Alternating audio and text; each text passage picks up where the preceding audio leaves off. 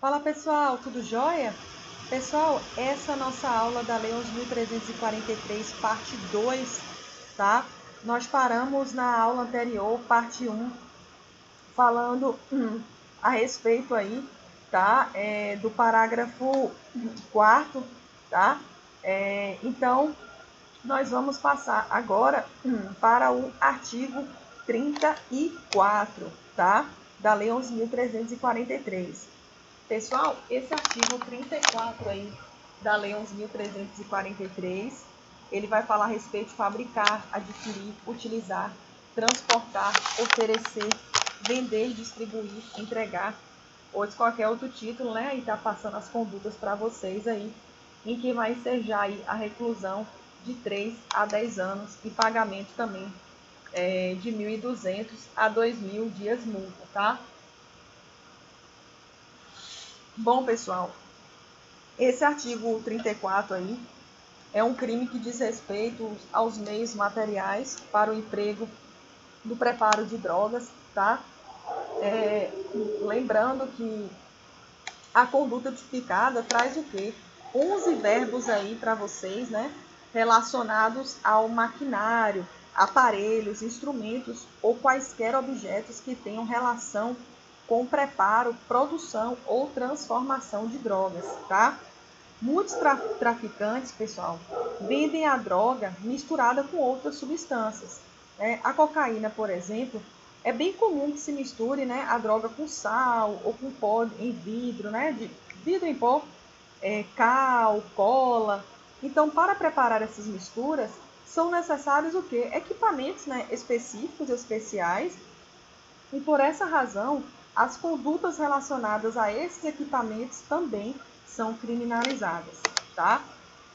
Eu quero que vocês saibam que a doutrina diverge, né, quanto à possibilidade do concurso material aí entre os crimes do artigo 33, né, e do artigo 34. Então, na prática, como é que funciona? Na prática, os juízes não têm aplicado o concurso material, né, determinando que o crime de tráfico absolve o do artigo 34 por ser mais grave, tá bom? O que o STJ diz a respeito? O STJ, pessoal, eles aplicam entendimentos, né, diferentes, a depender da quantidade e da envergadura de equipamentos que o agente tem em seu poder, tá? Então, vai depender aí da quantidade e da envergadura desses equipamentos, tá? Pelo menos esses são os posicionamentos que vem acontecendo aí no STJ, tá bom? Bom, artigo 35. O artigo 35 vai dizer que associam-se duas ou mais pessoas para o fim de praticar, reiteradamente ou não, quaisquer dos crimes previstos no artigo 33, caput e parágrafo 1º e 34 dessa lei. Bom, pessoal, esse aí é um crime conhecido, né, como associação para o tráfico, e trata-se aí de uma especialização do crime que até pouco tempo atrás era chamado de quê, pessoal? De quadrilha ou bando. E hoje chama-se de associação criminosa. Sendo que, naquele caso, né, bastava o quê? A associação de dois agentes, mesmo que seja para cometer um crime só. Né? Da mesma forma, exige-se o quê? A estabilidade e permanência da associação, tá? Uma vez provada a associação, pessoal, os agentes respondem também pelo crime de tráfico, tá? Em concurso material. Não é necessário, no entanto, que tenham efetivamente consumado o crime de tráfico, né, para que respondam aí pela associação, né? Pois a associação para o crime de financiamento ou custeio de tráfico, pessoal, de drogas também é crime, tá? E os agentes incorrem o quê? Nas mesmas penas, tá? Então não se esqueçam dessa questão aí, tranquilo? Bom, pessoal, então não se esqueça dessa diferenciação aí que existe, né, de associação criminosa para associação para o tráfico. Né? A associação criminosa foi especificada pelo artigo 288 do Código Penal e essa aí de associação para o tráfico está especificada no artigo 35 da Lei de Drogas, tá? No artigo 288 especificava que os agentes, né, eles se reúnem para praticar um número indefinido de crimes. Já esse artigo 35, que fala da associação para o tráfico, fala que basta, né, que se reúnam para praticar um único delito. Na associação criminosa do artigo 288 fala de pelo menos 3 agentes, e na associação para o tráfico aí do artigo 35 fala-se em pelo menos 2 agentes, tá? Passei para vocês aí, então, no caso, essa diferenciação, tá? Tranquilo? Bom, artigo 36, pessoal. O artigo 36, né, fala a respeito de financiar ou custear a prática de qualquer dos crimes previstos no artigo 33, caput, parágrafo 1º e 34 dessa lei. Né? É claro que a doutrina ela vai apontar diferenças entre financiar e custear, tá? Até porque no financiamento o agente ele não tem controle sobre a atividade do tráfico. Ele apenas entrega o dinheiro em busca de lucro fácil, né? Ao final de determinado período. Já no custeio, pessoal, além de bancar as atividades, o agente também interfere em quê? Nas decisões, tá? Tranquilo? Bom, artigo 37. Colaborar como informante com grupo, organização, associação destinados à prática de qualquer dos crimes previstos no artigo 33, caput e parágrafo 1º e artigo 34 dessa lei. Esse crime, pessoal, é o praticado pelos agentes que estão mais abaixo, né, como dizem assim, na cadeia hierárquica do tráfico de droga. Né? São os famosos o quê? Sinalizadores, aviãozinhos, fogueteiros, né? São os responsáveis, pessoal, por informar os chefes do tráfico acerca das ações policiais e outras ameaças que venham a surgir, tá? É claro que também incorre nesse crime o agente policial, né, que tem conhecimento das ações de repressão ao tráfico que serão realizadas e entregues as informações aos criminosos, tá bom? Tranquilo? Pessoal, no regramento anterior, esses agentes, eles eram condenados como partícipes, tá? Do crime de tráfico. Mas com a nova lei, o legislador achou por bem tipificar especificamente a sua conduta, tá? A jurisprudência dominante entende que, apesar de o tipo penal tratar apenas de informação repassada a grupo, organização ou associação, deve ser aplicado também ao agente que repassa informação para traficantes que agem sozinho, tá bom? Mas o STJ, né, recentemente, através de um julgado, diz que quando o agente comete o crime do artigo 35, né, associação para o tráfico, este absolverá o artigo 37, que é esse aí que nós estamos estudando agora e fazendo comentários, que é o de colaborar como informante com grupo, organização, associação destinada à prática de quaisquer desses crimes previstos aí no 33 e 34. Tá bom? Bom, vamos agora para o artigo 39. Pessoal, esse artigo 39 fala a respeito de conduzir embarcação ou aeronave após o consumo de drogas, expondo a dano potencial à incolumidade de outrem, tá? Esse tipo penal aí, pessoal, não prevê a conduta de veículo automotor, né? Pois essa conduta ela está tipificada no artigo 306 da Lei 9.503, né? Que é a Lei de Código de Trânsito Brasileiro. Fiquem atentos a isso aí, tá?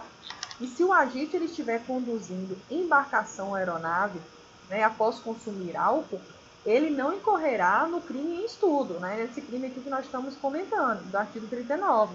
Pois o álcool ele não está, pessoal, lembre-se, presente na lista publicada pela Anvisa e por isso não é considerado como drogas para a finalidade da Lei 11.343, tá? Bom, artigo 40 vai falar a respeito das penas previstas no artigo 33 e 37 dessa lei, né, que são aumentadas, ou seja, causas de aumento de pena aí de 1/6 a 2/3, tá? Para essas situações especificadas aí no artigo 40. E saibam, pessoal, que na hipótese de tráfico internacional, né, que é o que consta aí no inciso 1º, basta que o agente tenha a intenção de praticar o delito, né, com caráter transnacional, não sendo necessário que ele efetivamente consiga entrar no país ou dele sair com a droga, tá?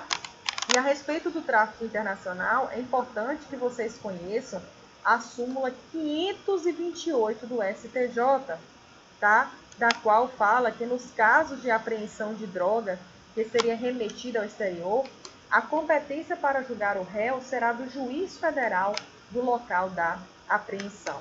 Tranquilo? Então, fiquem atentos aí a essa súmula 528 do STJ, tá?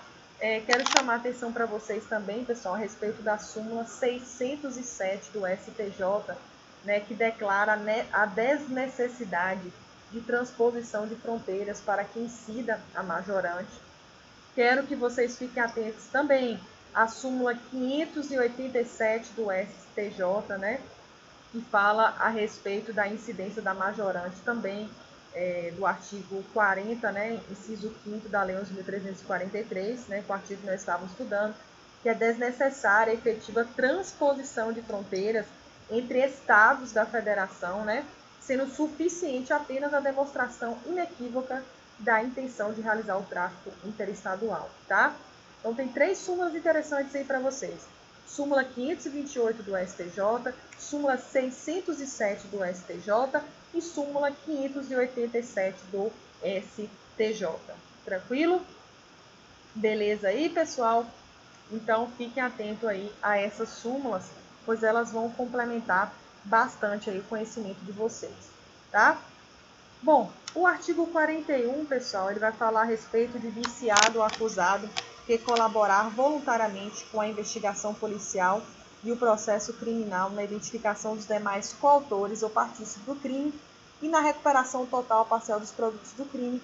No caso de condenação, terá a pena reduzida de 1/3 a 2/3, tá?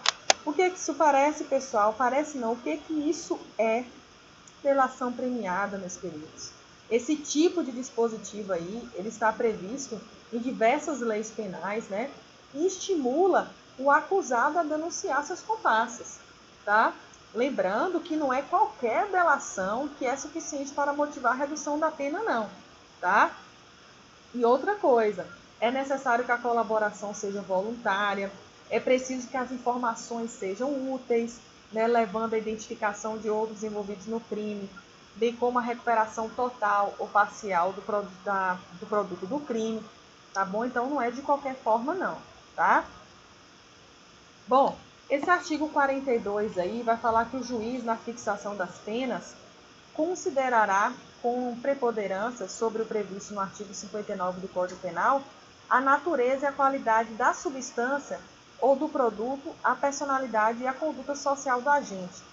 A norma aqui, pessoal, determina que o juiz ele deve considerar como preponderante, né, na individualização da pena, a natureza e a quantidade da droga envolvida no crime praticado pelo agente.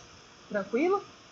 Lembrando que o artigo 59 do Código Penal, mencionado expressamente, né, trata da individualização da pena que deve atentar aos antecedentes, à conduta social, à personalidade do agente, aos motivos, às circunstâncias e às consequências do crime, bem como aos comportamentos da vítima, tá? Então, fiquem atentos também aí a esse artigo 59 do Código Penal. Tranquilo?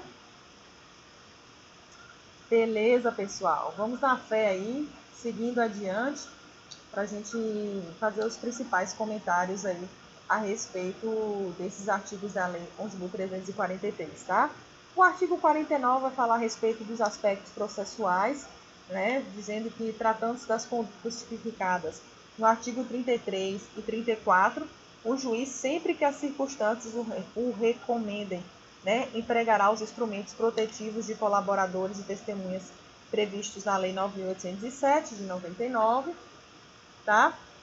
Nós temos aí também o artigo 50, que vai falar a respeito da prisão em flagrante, tranquilo? O 50A, da destruição das drogas apreendidas, certo? Dada aí pela Lei 13.840, né, de 2019, né, que será feita, diz que essa destruição das drogas apreendidas sem ocorrência de prisão em flagrante será feita por incineração, né, no prazo de máximo de 30 dias, contados da data da apreensão, aguardando-se amostras necessárias para a realização do laudo definitivo, né? Nós já comentamos também a respeito disso, tá ok? Nós temos aí o artigo 51, que vai falar a respeito do inquérito policial, que será concluído no prazo de 30 dias, se o indiciado estiver preso, e 90 dias se estiver solto, tá? Lembre-se que a lei de droga, ela segue a mesma fórmula de vários outros diplomas legais que tratam do processo penal, né? Ao estabelecer prazos diferentes para a conclusão do inquérito policial, a depender do indiciado estar solto ou preso, tá? É claro que esses prazos comportam prorrogação caso, né, haja requerimento da autoridade policial ou juiz, ouvido uma vez o Ministério Público, tá? O artigo 52, pessoal, vai falar que uma vez fim dos prazos a que se refere o artigo 51 dessa lei, a autoridade da Polícia Judiciária remeterá os autos do inquérito ao juízo, né? E ao enviar esses autos, pessoal, do inquérito ao Poder Judiciário, a autoridade policial deve observar os requisitos trazidos por esse dispositivo, né? Essas informações são necessárias ao entendimento do juiz acerca dos fatos e dos indícios de autoria encontrados, tá? Caso seja necessário, poderá haver o requerimento de devolução dos autos para diligências complementares, né? E essas diligências complementares não impedem a remessa dos autos, tá bom? Tranquilo? Bom, artigo 53, pessoal. Esse artigo 53 vai falar que em qualquer fase da persecução criminal relativa aos crimes previstos nessa lei, não permitidos, além dos atos, né, previstos em lei, mediante autorização judicial e ouvidos do Ministério Público, os seguintes procedimentos investigatórios. Bom, esse artigo 53, né, fala a respeito dos procedimentos investigativos especiais previstos, né, especialmente para os crimes tratados pela lei de drogas, tá? Fiquem atentos para que vocês não se esqueçam que não se pode confundir esses procedimentos com aqueles trazidos por outras leis específicas, né? A exemplo da lei de crime organizado. Primeiramente, pessoal, porque a utilização desses procedimentos depende de quê? De autorização judicial, que deve ser concedida, né, após a oitiva do Ministério Público. Então, atenção aqui, pois em outras leis há procedimentos que independem da autorização judicial, tá bom? A infiltração, por exemplo, consiste na inserção de policiais dentro das organizações criminosas. A não atuação policial é entrega vigiada ou repasse controlado. Então, fiquem atentos aí a essas situações em que uma autorização, em que necessita de uma autorização para que os policiais não efetuem, né, uma prisão em flagrante de forma a identificar e responsabilizar as demais pessoas envolvidas no crime, tá? Nesse caso aí, como eu falei com vocês, né, da não atuação policial, a autorização judicial somente será concedida se for conhecido, né, o itinerário provável e a identificação dos agentes do delito e de colaboradores, tá bom? Pessoal, é uma lei bem extensa mesmo, são muitos comentários, são muitos detalhes, né? São muitos julgados. Se vocês tiverem qualquer dúvida a respeito, vocês peçam os líderes de turma de vocês para sinalizarem a mim, tá? Essas dúvidas, que eu farei uma nova aula só para sanar essas dúvidas de vocês, tá bom? Bom, nós temos agora o artigo 54, né? Que vai falar a respeito de solicitar arquivamento, né, requerer o arquivamento, requisitar as diligências que entender necessárias, oferecer denúncia, tá? Essa é a forma mais tradicional de recebimento de informações, tá, por parte do Ministério Público, é justamente essa por meio do inquérito policial, tá? Mas também é possível que seja recebido o inquérito de comissão parlamentar de inquérito ou peças, tá, de origens com informações de origem diversas. Tranquilo? Pessoal, artigo 55 diz que, oferecida a denúncia, o juiz ordenará a notificação do acusado para oferecer defesa prévia por escrito no prazo de 10 dias. Isso aí, pessoal, a mesma coisa de falarmos a respeito da defesa preliminar, né, que tem a finalidade de munir o juiz de elementos para fazer uma primeira apreciação da denúncia, né?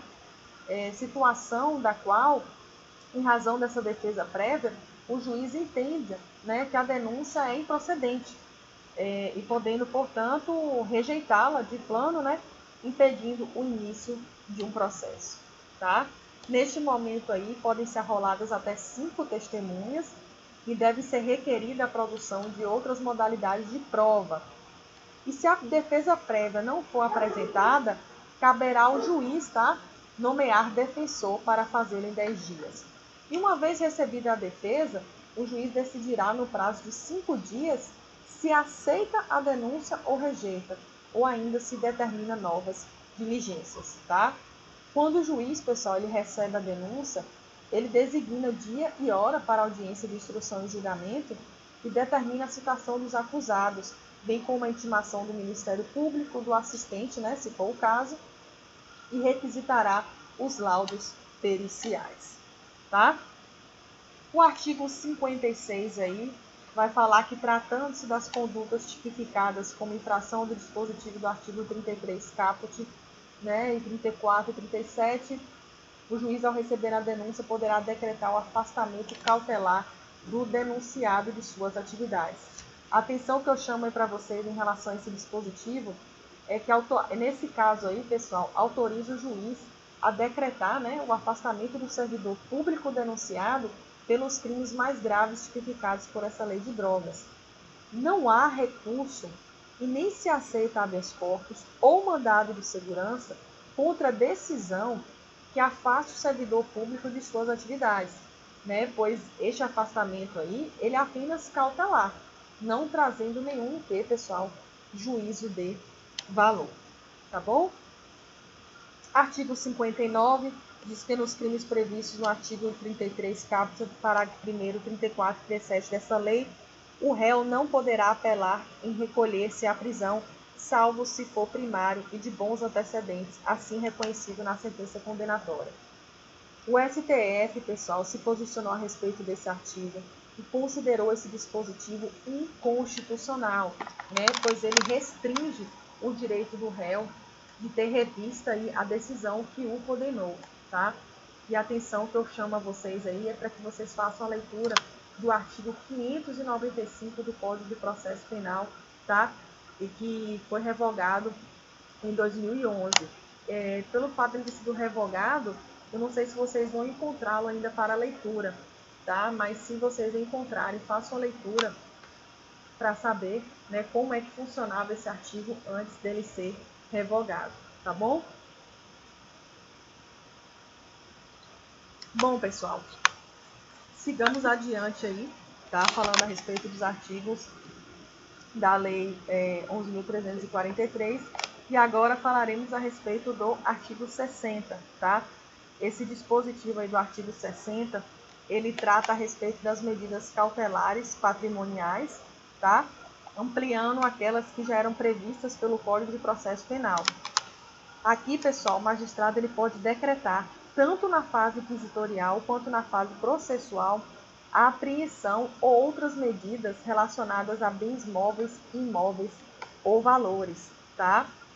Mas tomem cuidado, pois esse dispositivo ele foi alterado pela Lei 13.840 de 2019, não mais prevendo a possibilidade de decretação das medidas de ofício pelo magistrado, tá bom?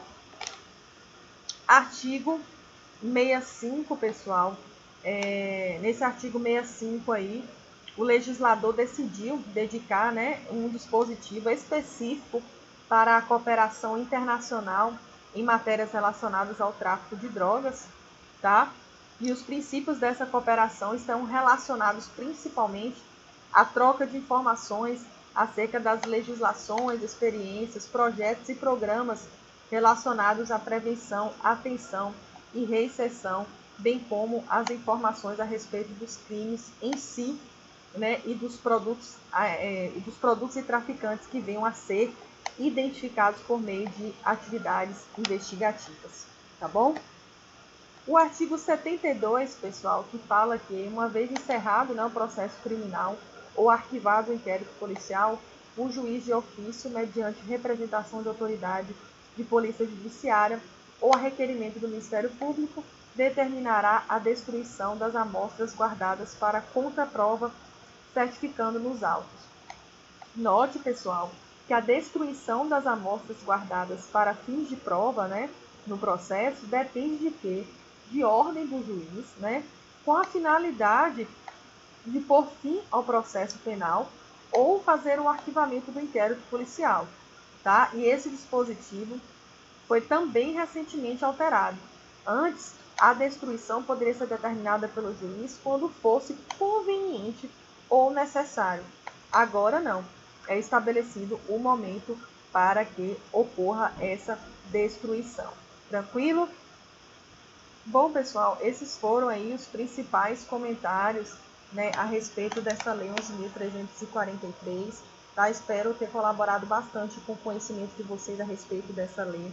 Estou à disposição de cada um de vocês para qualquer dúvida, tá? Então assistam a aula com bastante atenção, anotem as observações e as súmulas, tá? Pois todos os comentários aqui são de suma e extrema importância, beleza? Beijo, galera, em cada um de vocês e saudades, viu?